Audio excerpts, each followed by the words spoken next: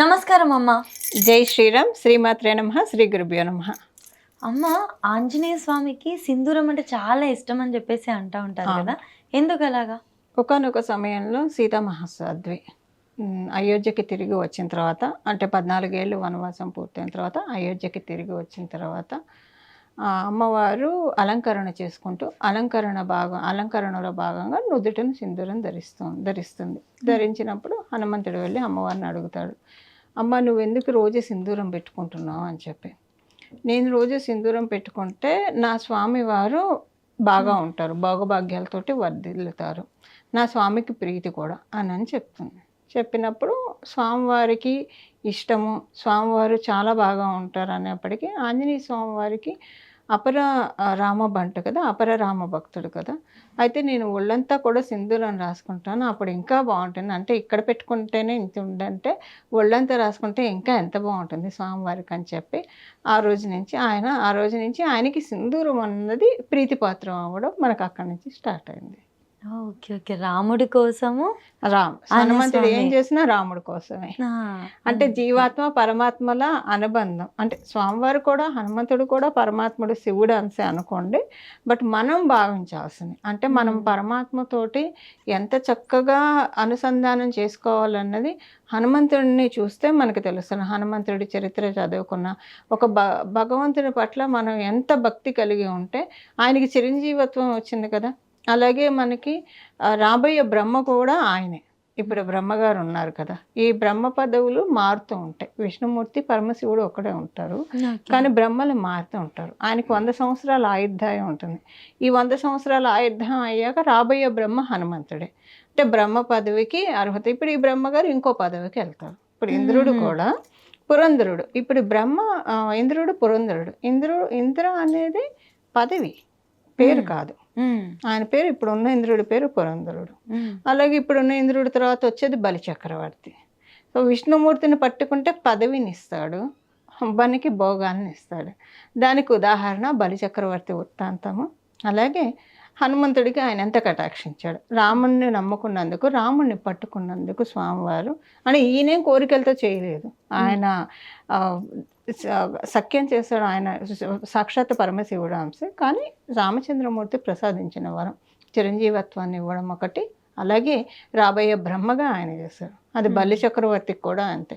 బలిచక్రవర్తి ఆయన వామనుడి రూపంలో వస్తారు కదా, మహావిష్ణు వామనుడి రూపంలో వచ్చినప్పుడు నాకు 3 అడుగుల నేల దానం ఇవ్వమన్నప్పుడు బలిచక్రవర్తి ఆయన గురువు, అసలు గురువు అయిన శుక్రాచార్యుల వారు అడ్డుపడుతూ ఉన్నా సరే ఆ క్షణానికి గురువు మాట, ఎందుకంటే ఈయన మాట మీద నిలబడే వ్యక్తి, దానం అంటే చేస్తారు కాబట్టి ఇస్తారు. ఇది విష్ణుమాయ అని చెప్పినా కూడా, ఆయనకి తెలిసినా కూడా ఒప్పుకుంటారు. 3 అడుగుల నేల తీసుకో అన్నప్పుడు 1 అడుగు భూమి మీద, భూమి అంతా పెట్టి 1 అడుగు ఆకాశంలో పెట్టి, అలా పెట్టినప్పుడే బ్రహ్మదేవుడు తన కమండలంలో ఉన్న గంగాజలంతో స్వామివారి పాదాన్ని అభిషేకిస్తారు. అందుకే వాగ్గేయకారులు పాటలు రాశారు, బ్రహ్మ కడిగిన పాదం అని చెప్పేసి. అలానే వాటిని, ఈ వృత్తాంతాన్ని దృష్టిలో పెట్టుకొని రాశారు. తర్వాత ఇంకొక పాదం ఎక్కడ పెట్టనయ్యా, నువ్వు 3 అడుగులు నేల ఇచ్చావు, 2 అడుగులకే అయిపోయింది, ఇంకొక అడుగు ఎక్కడ పెట్టినట్టు ఆయన తల చూపిస్తాడు. ఆయన తల మీద పాదం పెట్టి ఆయన పాతాళ లోకంలోకి తొక్కేస్తాడు. తక్కి పాతాళ లోకంలో ఆయన రాజుని చేసి ఈయనే కాపలా ఉంటాడు. కాపలాదారుడిగా సాక్షాత్ విష్ణుమూర్తి ఉండి ఆయన భక్తికి మెచ్చి రాబోయే కాలంలో ఇంద్ర పదవి నీకు కటాక్షిస్తున్నాను.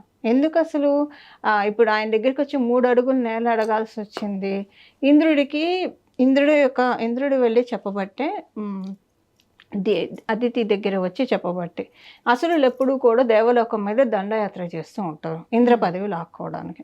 సో బాలచక్రవర్తి కూడా ఇన్ని పుణ్యకార్యాలు చేస్తున్నారు, ఏదో ఒక రోజు ఇంద్ర పదవికి ఆయన పోటీ అవుతారు అని అడిగినప్పుడు, అదితి విష్ణుమూర్తిని ప్రార్థించినప్పుడు వామనుడి రూపంలో వచ్చి ఆయన పాతాళ లోకానికి దక్కేస్తారు. కానీ ఆయన భగవంతుడు కాబట్టి ఇప్పుడు నీకు ఇంద్ర పదవి ఇవ్వను, కానీ వచ్చి రాబోయే ఇంద్రుడు, ఈ ఇంద్రుడిని ఈయన పాలించాల్సిందే, ఈయన్ని మనం తీయడానికి లేదు, రాబోయే ఇంద్ర పదవి నీకు ఇస్తున్నానని చెప్పి వరాన్ని ప్రసాదిస్తాడు.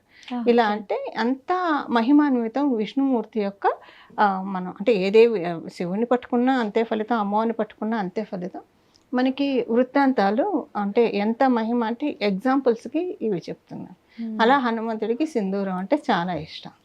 అమ్మ ఆంజనేయ స్వామి సింధూరం ఆడవాళ్ళు కూడా పెట్టుకోవచ్చా?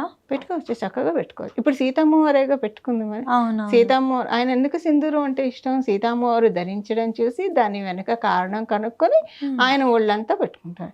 ఇంకా సీతామహాసాధ్వి పెట్టుకున్నప్పుడు మనందరినీ పెట్టుకోమనే కదా, పెట్టుకోవచ్చు, చక్కగా పెట్టుకోవచ్చు. అమ్మ ఇంకొకటి ఆంజనేయ స్వామికి సింధూర పూజ చేస్తూ ఉంటారు కదా, సింధూర పూజ అంటే ఏంటి, ఎలా చేయాలి? గంధ సింధూరం అని దొరుకుతుంది మనకి. ఆ గంధ సింధూరం తెచ్చి దాంట్లో సంపంగి తైలాన్ని, ఇంకా అంటే అది దొరకకపోతే ఏ తైలం అయినా పర్లేదు, బట్ ప్రిఫరబుల్ సంపంగి తైలంతో దాన్ని మొత్తం తడిపేసేసి దాంతో స్వామివారి శరీరానికి అంతా చక్కగా అలది సింధూర పూజ చేస్తారు. అసలు సింధూర పూజ ఎందుకు చేస్తారు అంటే, కొంతమంది దండం పెట్టుకుంటారు వాళ్ళకి ఏమైనా సమస్యలు ఉంటే ఆ సమస్యలు తీరటానికి. జ్యోతిష శాస్త్ర పరంగా చూస్తే మంగళ్ అంటే కుజుడు, మార్స్ అని అంటారు. ఈయన ఎవరికైతే ఈయన జన్మజాతకంలో బాగోడు వాళ్ళకి ఏంటంటే గొడవలు ఎక్కువగా ఉంటాయి, సఖ్యం తక్కువగా ఉంటుంది. వీళ్ళంతా హార్మోని మెయింటైన్ చేయాలన్నా సఖ్యం తక్కువగా ఉంటుంది, భూ వివాదాలు ఎక్కువగా ఉంటాయి.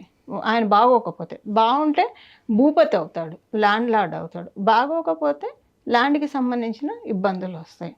సో మంగళకి సంబంధించిన ఏ రకమైన ఇబ్బందులు ఉన్నా సరే, ఇప్పుడు కొంతమందికి వివాహం అయిన తర్వాత భార్యాభర్తల మధ్య కలహాలు వస్తూ ఉంటాయి. అది ఇలా ఎవరితో అయినా కలహం వచ్చినప్పుడు ఆ కలహం ఉపశమించాలంటే ఆంజనేయ స్వామి వారికి సింధూర పూజ చేస్తే కనుక అవన్నీ ఉపశమించబడతాయి. కోరిక లేకుండా చేస్తే ఇంకా మంచిది, ఎందుకంటే నీకు ప్రీతి కదా, రామచంద్రమూర్తి కోసం నువ్వు పెట్టుకుంటున్నావు కాబట్టి నువ్వంటే మాకు ప్రీతి, నీ కోసం మేము చేస్తున్నాం అంటే ఆయన మనకి ఏది అంటే ఆయన ఇంకా మనం అడిగితే మనకి తెలియదు, మనకి ఆయన ఇవ్వాలంటే ఆయనకి తెలుసు మనకి ఏది ఇవ్వాలో, అవి చక్కగా ప్రసాదిస్తాడు. ఖచ్చితంగా అమ్మ, ధన్యవాదాలమ్మా. మంగళం. నమో భగవతే వాసుదేవాయ. జై శ్రీరామ్.